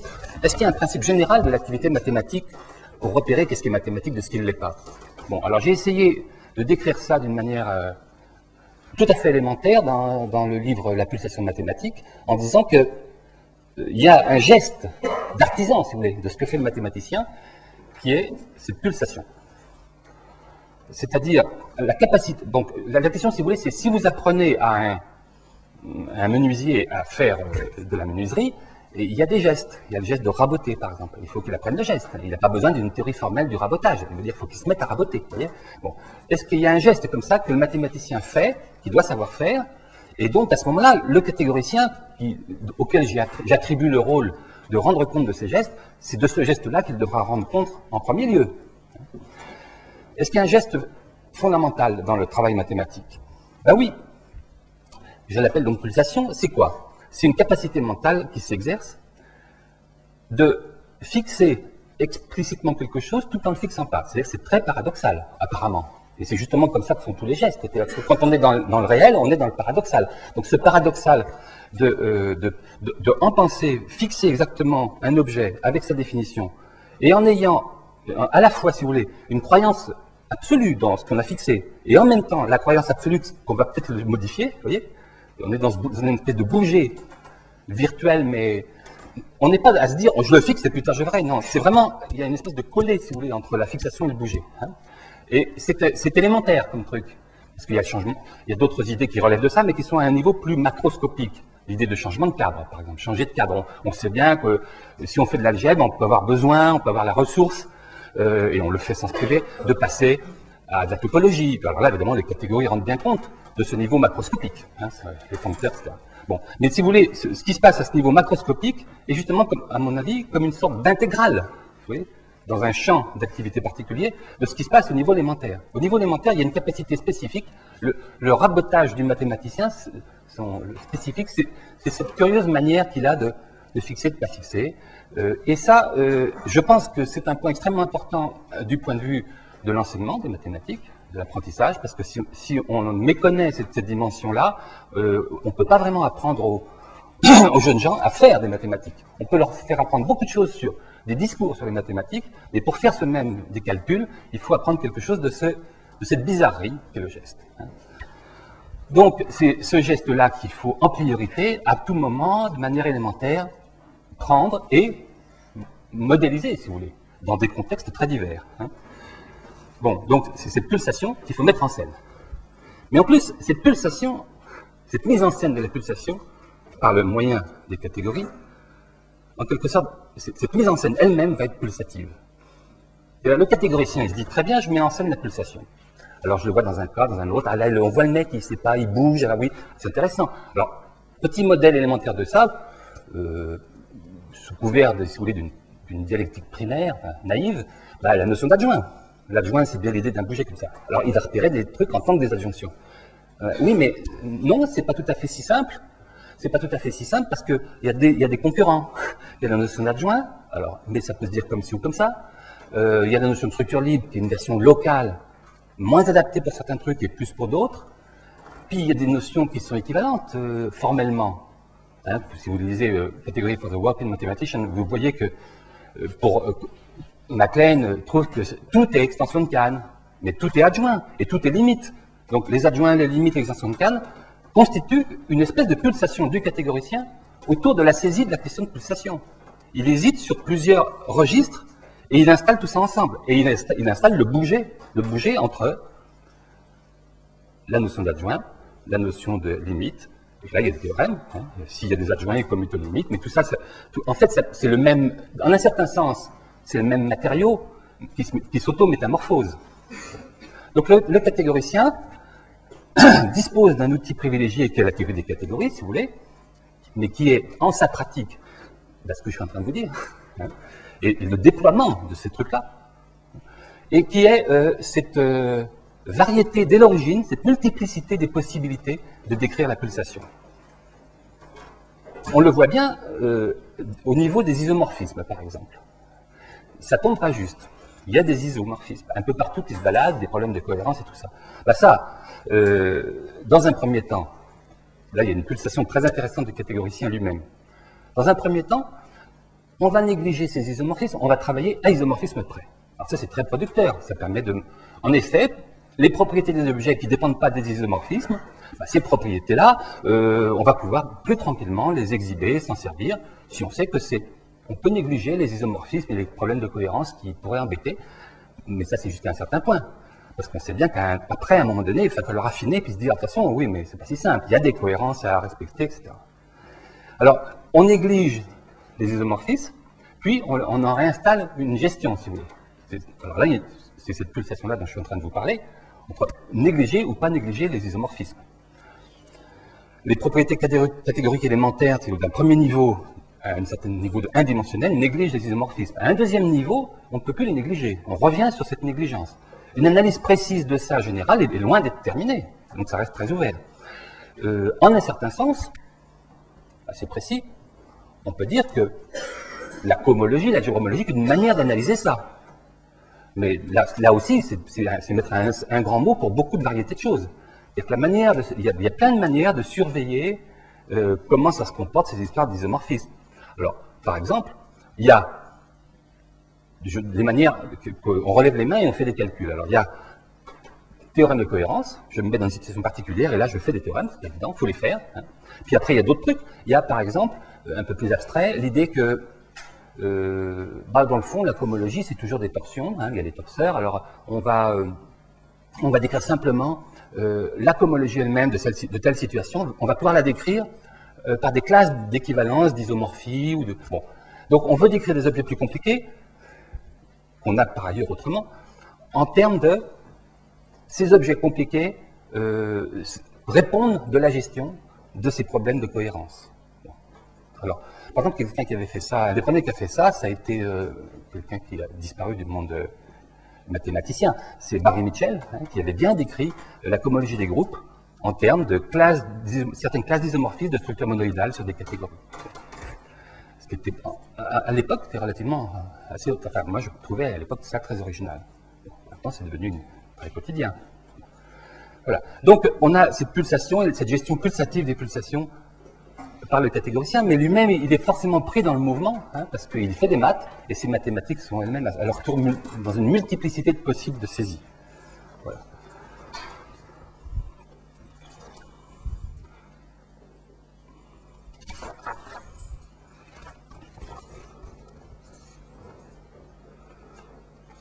Voilà. Ben, je vais peut-être m'arrêter là pour qu'il y ait des places pour les questions. Donc, ma conclusion, si vous voulez, ce que je voudrais avoir posé comme conclusion, ça tient en un mot, c'est que je pense que, en tous les cas, ma pratique à moi de la théorie des catégories, c'est une pratique d'analyse mathématique de l'invention mathématique. Et en essayant de le faire au plus près de ce que l'invention a d'inventive, justement. Hein, voilà. Je m'arrête là.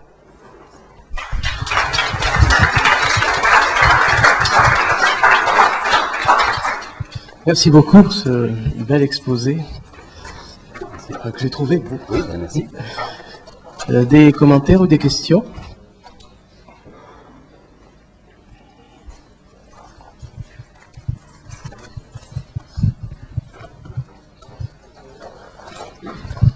D'abord, une question pour René. Au début, dans ton exposé, donc, tu parles d'une approche algèbre figurative qui est sémantique, ensuite esquisse qui a plutôt un aspect syntaxique, ensuite les diagrammes localement libres, l'expression le carré exact, qui ouvre peut-être sur une cohomologie non abélienne, mais dont on perd l'intuition géométrique. Oui. Alors, donc au départ, ce qui était, donc j'aimerais bien que tu resitues peut-être dans les carrés exacts et leur pratique, la part qui est sémantique, la part qui est syntaxique, que tu avais signalé au départ sur les exemples d'algèbre figuratif ou esquisse. Une aide, c'est juste une question pour justement essayer de récupérer une intuition.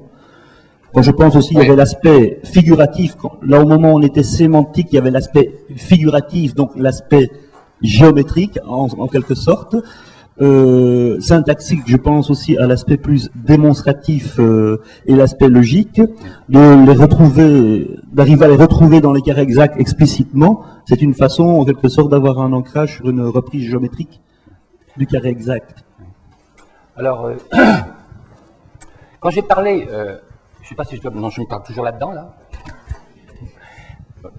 Quand j'ai parlé de sémantique et syntaxe, ça ne veut pas dire que je crois, moi, à une séparation entre la sémantique et la syntaxe. Hein. Je crois exactement le contraire. C'est aussi une chose qui a été évoquée, c'est que, par d'autres exposés, c'est que, en un certain sens, il y a une espèce de vouloir identifier la syntaxe et la sémantique. D'ailleurs, il faut procéder à une telle tentative d'identification de syntaxe et sémantique si on veut expulser ce qui nous sert de sémantique, entre guillemets, c'est-à-dire la théorie des ensembles. Bon, donc, quand dans les algèbres figuratives, j'ai parlé de syntaxe et sémantique, là, j'étais à un niveau complètement historiquement situé. Aujourd'hui, on a les ensembles, on a un peu de syntaxe diagrammatique, et avec ça, qu'est-ce qu'on fait pour faire des modèles? Bon, on se sert des deux morceaux. Hein. Voilà. Maintenant, je ne dis pas que c'est quelque chose d'idéal, et qu'il faudrait maintenir qu'il y a de la syntaxe et de la sémantique. Hein. Par exemple, je crois que quand je travaillais assez en détail avec Christian Lair, Christian avait beaucoup l'idée que, en fait, tout n'était que syntaxe. Tout, absolument tout. La sémantique, c'est la syntaxe. Bon, ça travaillait beaucoup. Les choses qui ont pu être faites sur les structures doubles, les esquisses d'esquisses et tout ça, relèvent un peu de cette idée aussi. Hein. Donc, moi, je n'ai pas de décision sur ce point, mais en tous les cas, je ne décide pas non plus que ça existe, la syntaxe et la sémantique. Bon. C'était donc purement localement que je disais il y a syntaxe et sémantique, parce que c'est pratique. Avec ça, je peux faire des modèles de trucs. Bon. Et donc, du coup, je réponds à la question en disant que, comme je procède à un évidement permanent, donc tout ce qui pourrait avoir la malchance d'être sémantique, c'est-à-dire d'avoir un puissant fond de substance à l'intérieur que je ne contrôle pas, hein, moi, j'en prends que la partie fonctionnelle à chaque fois, donc je suis déjà dans une certaine syntaxicité, si tu veux. Hein. Donc, à ce titre-là, je ne dis pas que c'est le cas de toute la mathématique, je dis dans la pratique de ce que je fais. Donc, les carrés exacts, c'est de la syntaxe pour moi, pure. Voilà, ma réponse, c'est... Oui, merci René pour cet exposé. extraordinaire et foisonnant comme d'habitude. Oui. Je voulais simplement savoir la virtus de tes empilements de carrés, c'est entre autres simplification, abréviation, comme tu as dit. Alors je voulais savoir, est-ce que on peut imaginer, enfin tu l'as dit, que cette virtus, elle s'applique, elle est performative dans le calcul, mais j'imagine qu'elle n'est pas seulement performative à ce niveau-là, parce qu'elle l'est aussi dans la, disons, la structuration diagrammatique de la pensée, la manière de penser aussi. Enfin, est-ce que ça aggrave, disons, un geste Oui, alors, je sais pas, je te laisse terminer. Non, un geste qui est, bon, compactifiant pour la pensée, si tu veux, et en même temps inducteur sur autre chose. Donc performatif dans ce sens-là, mais vraiment dans l'orientation dans la pensée, justement. Alors, je ne pourrais pas répondre de manière très complète à ça. Je peux peut-être donner juste deux indications. Alors, ça va peut-être étonner, mais j'ai pas du tout l'impression que ma pensée à moi, quand j'invente, quand je cherche quelque chose, j'ai pas de sensation que ce soit comme ça. Je ne sais pas du tout comment ça se passe. Donc, c'est vrai qu'on pourrait on pourrait avoir tendance à dire, bah, puisqu'on est dans la soupe des flèches, je vais m'imaginer que ma pensée, c'est une soupe de flèches, si vous voulez, un peu comme ce que, je ne sais pas si Krivine le pense, hein, mais j'ai lu dans des journaux, dans Sciences et Vie, une description de ce que soi-disant Krivine pensait, donc c'est à travers des journalistes, j'en sais rien, mais question que, en fait, il est question qu'on n'aurait qu'une espèce de soupe de lambda calcul au départ, puis des super langages qui s'empilent dessus, puis à un certain niveau, ça devient opérationnel pour tout, hein, pour le sens, la conscience, etc. Mais il y aurait une soupe en dessous de lambda calcul. Alors, moi, quand je dis qu'il y a une soupe de flèches, je ne dis pas du tout, j'en sais rien, que c'est ça dans ma tête. Hein. Je dis qu'il y a une soupe de flèches là devant moi pour le boulot. Hein, c'est pour analyser ce qui se fait en mathématiques. Ben voilà, oui, je constate que ça n'a jamais échoué que de analyser par ce moyen. Ça ne m'a jamais échoué, puis je pense que tous les gens qui font des catégories voient que ça marche, qu'ils arrivent à le faire. Bon. Est-ce que c'est la ressource de la pensée, y compris de la pensée de ça? Ça, donc, je laisse un parfait point d'interrogation à cet endroit-là. En tout cas, je n'ai pas le sentiment d'être guidé de cette manière-là. D'ailleurs, ça sera bizarre, ça donnerait une espèce de sensation d'être comme ça un peu automatisé, mais on l'est peut-être. Mais bon. Deuxième élément de réponse, c'est à propos de la même question. Si du coup on veut non pas analyser la pensée, ce qui est difficile, mais analyser les discours. Donc trouver le sens des discours. Alors là, la réponse sera plutôt oui, par contre. Pourquoi à nouveau? Parce que j'ai pas d'autres moyens que j'imagine pour analyser les discours. Donc ça fait un grand écart, si tu veux. Ce que je pense et la manière dont je pense, je ne sais pas du tout comment c'est fait. Je ne peux pas dire que la pensée relève de ce genre de mécanisme. Par contre, mes moyens à moi d'analyser les discours et d'essayer de trouver une théorie, ce que je suis en train d'élaborer en ce moment, une théorie du sens qui soit quelque chose qui soit comme une superstructure à la théorie de la vérité, hein, c'est ça que je fabrique en ce moment, alors je le fais par ces moyens-là. Je le fais par ces moyens-là parce que c'est les moyens que j'ai. Voilà. Bon, je voudrais intervenir, moi, c'est simplement deux remarques. Je ne sais pas si tu es d'accord, c'est la première fois que je t'entends parler, donc c'est ce qui m'est venu.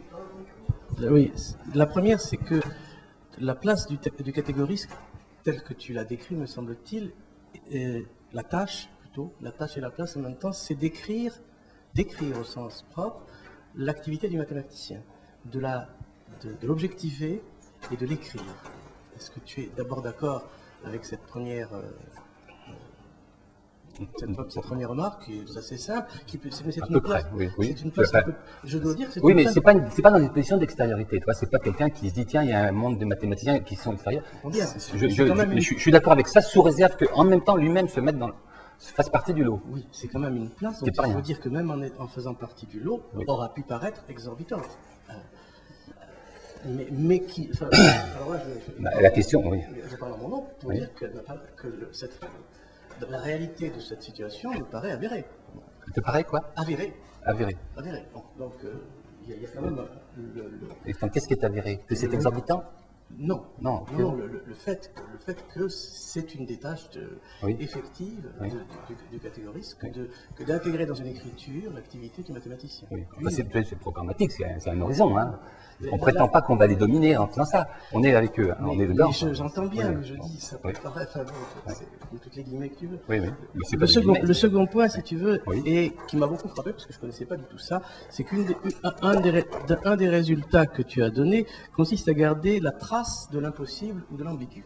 Hmm. Et ça, c'est une activité scientifique, Oui. d'écrire. Alors que écrire l'ambigu ou l'impossible, c'est une activité non scientifique. Pas du tout. C'est parfaitement scientifique. C'est ce que fait Galois.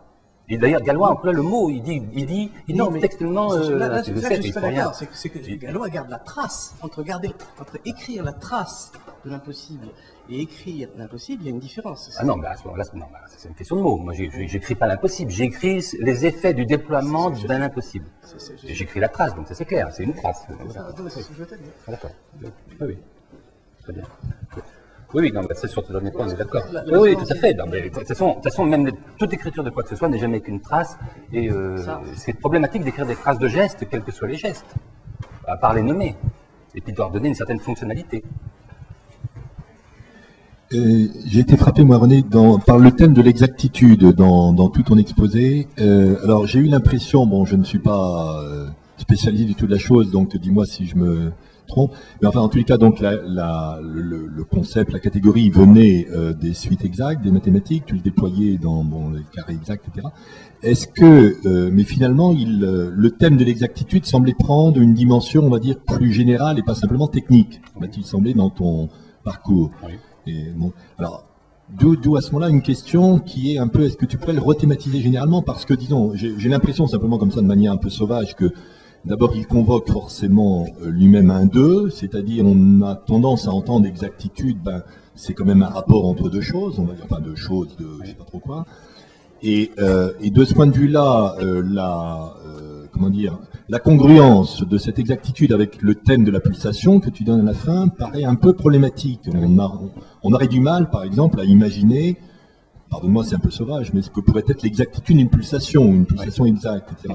Donc on a l'impression d'avoir affaire à deux modalités du 2, alors peut-être justement pulsation de la pulsation, Oui. mais enfin, donc voilà, est-ce que tu pourrais ressaisir le thème de Oui, ça, l'exactitude je peux plus bien. généralement non technique en explicitant un peu Tout à ce fait. point-là? Oui, ça, je peux en dire.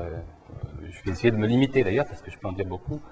Alors, d'abord, exactitude ici, c'est à prendre au sens technique du mot. Là, je prends le mot parce qu'il y a des suites exactes, donc exactitude. Alors, d'un autre côté, il y a la notion d'exactitude qui n'est pas forcément la même chose que ce que désigne ce mot en mathématiques. Donc, d'abord, en mathématiques, suite exacte, ça veut dire, j'écris c'est des égalités, en un certain sens. C'est le même rôle que l'égalité. L'important, c'est qu'on est en train de faire des calculs. Bon, donc, on a déjà une première dimension de la chose qui est ce rapport à la logique. Il n'y a plus de logique, il y a des calculs à la place. Premier point. Donc ça, c'est complètement cartésien. C'est exactement ce que Descartes essaye de faire en instaurant le calcul. Il est fasciné par l'évidence du calcul. Quand ça tombe juste, exactitude. Donc c'est le tomber juste d'un calcul, on le fait, c'est évidemment juste. Donc cette évidence cartésienne, alors c'est là qu'on pourrait parler, moi j'emploie l'expression, il y a une sorte de tomber pile d'une écriture qui tombe pile en même temps sur une intuition qu'on a. Ça ne veut pas dire que c'est vrai, mais il y a cette exactitude-là, qui est, si vous voulez, en tant que, qui est la ressource dont dépend le sentiment de l'évidence cartésienne. Bon. Alors, mais qui est sous condition de ne plus faire de logique et de faire du calcul. Voilà. Donc c'est une position extrêmement massive dans la champ de la philosophie que de dire, désormais, pour les philosophes, la vérité, c'est la vérité comme moi, Descartes, je la vois, qui est celle que j'ai quand je fais du calcul. La vérité pour la philosophie en général. Alors ça, c'est un point donc très discutable. Moi, plus intéressant, c'est de dire, puisque je trouve toute la vérité qui m'intéresse, vous voulez, dans le calcul, j'ai plus besoin de la logique. Donc, maintenant, les mathématiques, les preuves mathématiques, quand elles seront faites par calcul, elles seront correctes. Ça, c'est Descartes qui invente ça. Avant, il faut toujours qu'il y ait une espèce de discours pour justifier par rapport à la géométrie, par rapport... Bon, il y a tout ce qu'on peut faire comme calcul ou comme figure ne suffit pas en lui-même pour faire preuve. Il faut une superstructure langagière et contrôlée par une certaine logique pour qu'il y ait une preuve. Donc, le fait de preuve, avec l'évidence du calcul qui tombe juste, pouvant suffire, donc le calcul devient maintenant ce qui remplace la logique en un certain sens. Bon, je résume. Hein. Alors, maintenant, par rapport à la pulsation, cette question du tombé pile ou de l'exact, j'en ai traité dans un autre livre qui est Évidence et étrangeté. Parce qu'effectivement, il y a l'évidence cartésienne d'un côté, et de l'autre côté, il y a l'étrangeté, le Unheimlich de Freud. Alors ça, c'est une question assez compliquée. Si vous voulez, quand vous entendez, quand vous recevez un discours, vous avez toujours un écart entre un 0 et un 1. C'est évident et c'est étrange. Hein, c'est-à-dire, il y a quelque chose qui tient de l'étrangeté, par exemple l'étrangeté du double, du déjà-vu, enfin c'est dont traite Freud. Et puis en même temps, il y a quelque chose qui tombe comme exact, comme évident. Bon. Et le sens est toujours quelque chose de composite qui tire sur ces deux morceaux. On dit qu'il tire sur Descartes et Freud. Plus exactement, sur ce qui est l'os que rongent Descartes et Freud. Alors, donc, il y a effectivement, en pensée, dans la question même du sens, il y a une pulsation, en effet, entre la question de l'évident et la question de l'étrange. Bon. Alors, d'un côté, il y a le calcul, mais on n'est jamais sûr qu'avec le calcul, on saisit ce qu'on veut saisir. Hein, pour reprendre le fil de l'explication de la méthode en mathématiques, le calcul tient la place de la logique. Et il tient sa place grâce à sa fonction d'évidence du calcul qui tombe juste. Mais en même temps, dans le cours de l'exercice du calcul, eh bien, il y a l'étrangeté. C'est-à-dire, il y a le fait qu'on n'est pas tout à fait sûr d'abord que ça va se développer comme ça. Il y a le fait qu'un calcul qu'on fait au détour d'un calcul, tiens, mais c'est marrant, ce truc-là, je l'ai déjà vu ailleurs. Donc, il y a un effet de déjà vu dans l'exercice du calcul qui est extrêmement important. Hein. Donc, si tu veux, voilà comment j'essaye de faire tenir tout ça ensemble sans que ce soit trop flou. Enfin, je pense que c'est pas flou, je pense que c'est une méthodologie dynamique en quelque sorte. Voilà. Est-ce que j'ai répondu à peu près? Bon, mais on peut parler beaucoup plus longtemps. J'ai justement une petite remarque et une question. La remarque, c'est qu'il faut quand même être un peu prudent avec cette métaphore de la soupe primordiale des flèches, parce que, comme vous l'avez indiqué très clairement, il y a toujours besoin du cerveau d'un mathématicien qui pousse la chose dans le développement de complexité, dans la réelle théorie ou hypothèse sur le mécanisme de l'évolution. Les seuls qui peuvent prétendre d'avoir une explication pareille, c'est les créationnistes. Oui, non, voilà. J'ai expliqué ce que j'en pensais déjà. Mais la question, c'est plutôt que, c'est quoi en fait la relation dans votre système entre une démonstration mathématique dans le sens classique, c'est-à-dire quand même une chose qui pèse via la logique classique sur le principe de contradiction. Je pose la question justement à cause de cette idée d'explosion, cette démarche d'expulser la logique classique pour les problèmes impossibles. Et évidemment, ça demande aussi, qu'est-ce que c'est ça, les problèmes impossibles? Mon intuition, c'est que ce sont des problèmes qui contiennent d'une manière ou une autre quelque chose de paradoxal, parce que c'est justement ça, dans les systèmes de logique classique, du moment qu'il y a quelque chose de paradoxal qui apparaisse, le principe de contradiction est violé, et ça donne justement une explosion. On appelle ça aussi la logique explosive. Est-ce que vous pouvez commenter là-dessus? Alors oui, de deux façons. D'abord, en effet, d'une part, effectivement, quand je suis moi au travail, je ne m'intéresse pas beaucoup, donc au travail en train de faire des calculs, je fais des calculs, donc je ne m'intéresse pas beaucoup aux questions de logique, ni aux questions de taille, a priori, je m'en occupe éventuellement après. Hein. Et d'ailleurs, en général, toutes les démonstrations que je fais commencent par être fausses, et après je les corrige. Donc ça c'est assez général. Donc c'est pas mon souci du tout au début. Ensuite, par contre, je peux m'intéresser comme objet d'étude à la logique et au problème des paradoxes en logique. Alors sur ça, je fais des calculs et je fais des modèles qui essayent de rentrer dans la visée que je vous dis. Hein. Donc par exemple, on peut faire des modèles de la question des paradoxes dont traite en langue la psychanalyse, mais qui sont des paradoxes intéressants, comme le fait qu'on puisse dire, en prétendant que ça a du sens, que c'est ma mère et c'est pas ma mère. Hein, c'est une phrase que Freud et puis Lacan analysent souvent. Comment se fait-il que quelqu'un puisse dire ça? Qu'il puisse le dire en prétendant que ça a du sens. Alors, évidemment, si on a aussitôt dans la tête que c'est paradoxal de dire quelque chose, pourquoi c'est paradoxal? Parce qu'on le met dans un format logique préconçu par celui qui le dit, que c'est paradoxal, à savoir de la logique classique. Puis, on se dit, il est en train de me dire un truc du genre P et non P.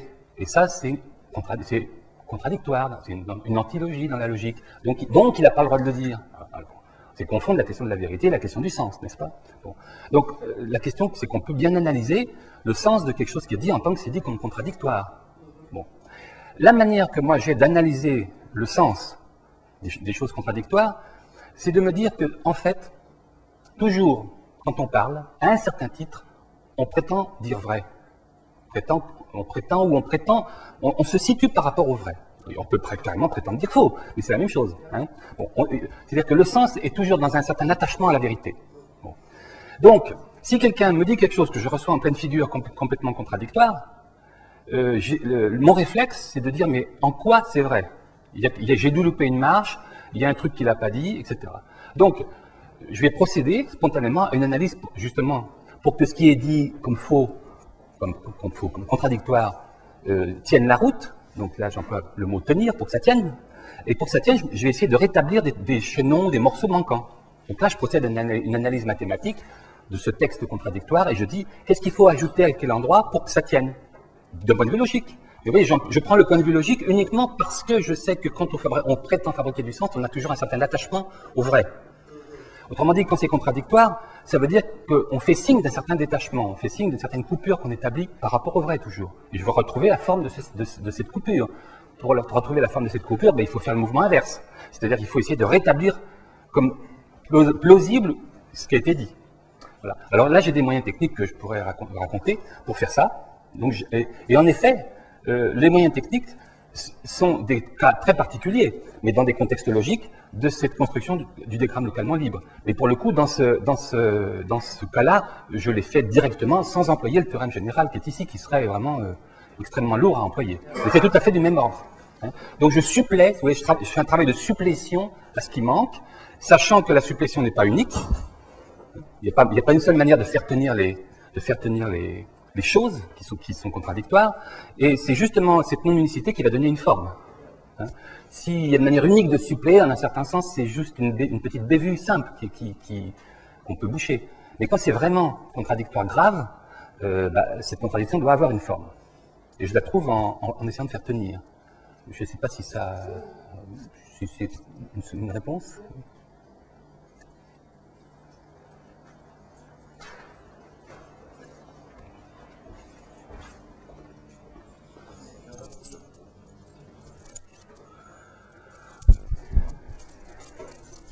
Il faut allumer le micro. À quelle heure on bosse? Non, il faut l'allumer.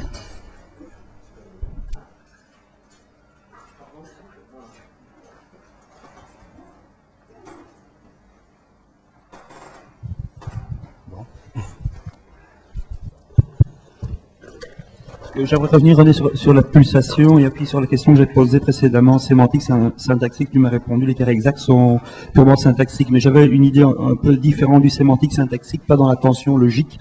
Alors, je vais d'abord faire une première remarque sur voir et dire, disons pour l'activité mathématique qui s'inscrit dans nos psychés, on est des mammifères voyants bien avoir des mammifères parlants. Donc l'oralité, le langage est comme une déchirure dans le tissu du visible. Donc quand le langage arrive chez les hommes, ça déchire le tissu du visible. Donc on voit bien qu'il y a cette tension dans l'activité mathématique, c'est toujours de faire de l'acte du dire ou même du démonstratif, la couture qui va nous donner une image, la couture qui va restaurer le visible. Oui. Donc là c'est assez fondamental, c'est pas seulement là une spécificité du mathématicien, c'est une tension dans notre psyché. Donc on n'a que cesse d'évacuer le dire pour faire cette couture et nous offrir des images. Ça, c'est une tension propre à notre spiritualité, à notre condition humaine. Donc, de revoir évidemment le logique dans le calcul, combien ça ne peut être satisfaisant. C'est avoir réalisé cette couture, évacuer le dire et redéposer le logique dans le voir. Ce n'est pas un défaut, je veux dire, mais il faudrait penser cette couture. Comme tout à l'heure, je parlais de frontières, et là, il y a une fermeture de la frontière et qui a cette frontière à deux natures. Qu'est-ce qui fait la couture dans le tissu du visible? C'est le dire. Et donc, ce dire n'est pas jour, bien sûr. Ce dire, il est nuit pour le visible. Il est d'une altérité de nature complète. Donc, c'est en ça où je posais la question sur le carré exact. Donc, quand je disais sémantique, j'entendais, puisqu'on a une activité d'écriture, une écriture du voir. Quand je disais syntaxique, j'entendais une écriture du dire. Où vois-tu une écriture du dire et une écriture du voir dans le carré exact? Bon. J'essaie de répondre brièvement. Alors, en effet, dans la manière dont je conçois les choses, l'activité mathématique en elle-même est déjà une manière d'essayer de faire marcher ensemble quelque chose qui est de l'ordre de dire et de voir. Hein. On doit voir au tableau et en même temps doit expliquer. C'est à ce niveau simple que je dis la chose. Il s'agit, on ne peut pas faire des mathématiques vraiment avec quelqu'un sans dire et voir. Et alors, ce mouvement entre dire et voir, bon, en effet, il faut le prendre en charge après quand on va analyser l'activité. Puisque si on analyse un discours mathématique, il y aura des choses écrites et des choses qu'on dit, mais qu'on dit. Alors, maintenant, le problème, c'est que ces choses dites en acte, vraiment, les traces qu'on en a sont écrites. Hein. On a écrit des choses dites. C'est ce qu'on appellera, si vous voulez, dans le texte, un discours d'accompagnement de formules, par exemple.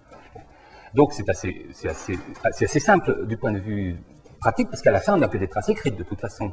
Si je veux savoir, par exemple, qu'est-ce qu'il en est qu'est-ce qu'a fait comme mathématique Ellenberg et MacLean quand ils ont inventé les catégories, comme je n'ai pas d'autres témoignages que l'article, en gros, et puis que maintenant ils semblent, hélas, tous les deux décédés, je n'ai pas leur témoignage non plus, donc j'ai du texte. Voilà.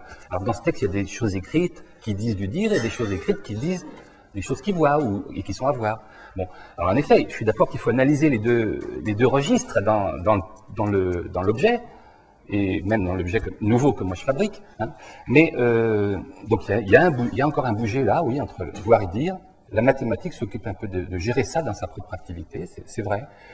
Dans les carrés exacts, je dis encore une fois, ces carrés exacts sont pour moi la même chose qu'ils étaient dans leur version mini, si vous voulez, en algèbre homologique classique, c'est-à-dire c'est des abréviations de petits gestes de calcul, point final. Alors, les petits gestes de calcul, est-ce que c'est des gestes où on l'a dit, ou des gestes où on l'a vu, écrit, ça je ne sais pas, tu vois. Simplement, eux-mêmes sont juste déjà très lointains, quand même, de l'acte réel, d'avoir dit, d'avoir vu. Bon. Peut-être qu'à certains moments, il faudrait se dire, tiens, dans le fond, c'est pas tout à fait la même chose qu'il faudrait prendre en charge parce que le voir et le dire sont différents. Mais ça, je m'en soucie pas, effectivement, dans ce que je dis, parce que c'est très massif, ce que je dis. Hein. Tout à l'heure, j'ai dit, quand je fais le diagramme localement libre, bah, vous voyez, toutes les flèches de l'arborescence, ça correspond, dans chaque branchement, c'est l'explosion de quelque chose. Mais cette explosion, est-ce que le type ici est exclamé, est-ce qu'il l'a écrit, ça, j'en sais rien. Donc, c'est déjà très... mon discours lui-même est déjà très abréviateur de ce que je fais. Et finalement, même si c'est vrai, si on veut réfléchir vraiment en profondeur, il faut tenir compte des deux registres. Concrètement, dans ce que j'ai pu fabriquer, j'en ai jamais vraiment tenu compte. Hein. Le résultat, c'est des choses écrites. Mais... Pas d'autres questions, commentaires? Merci encore. Merci.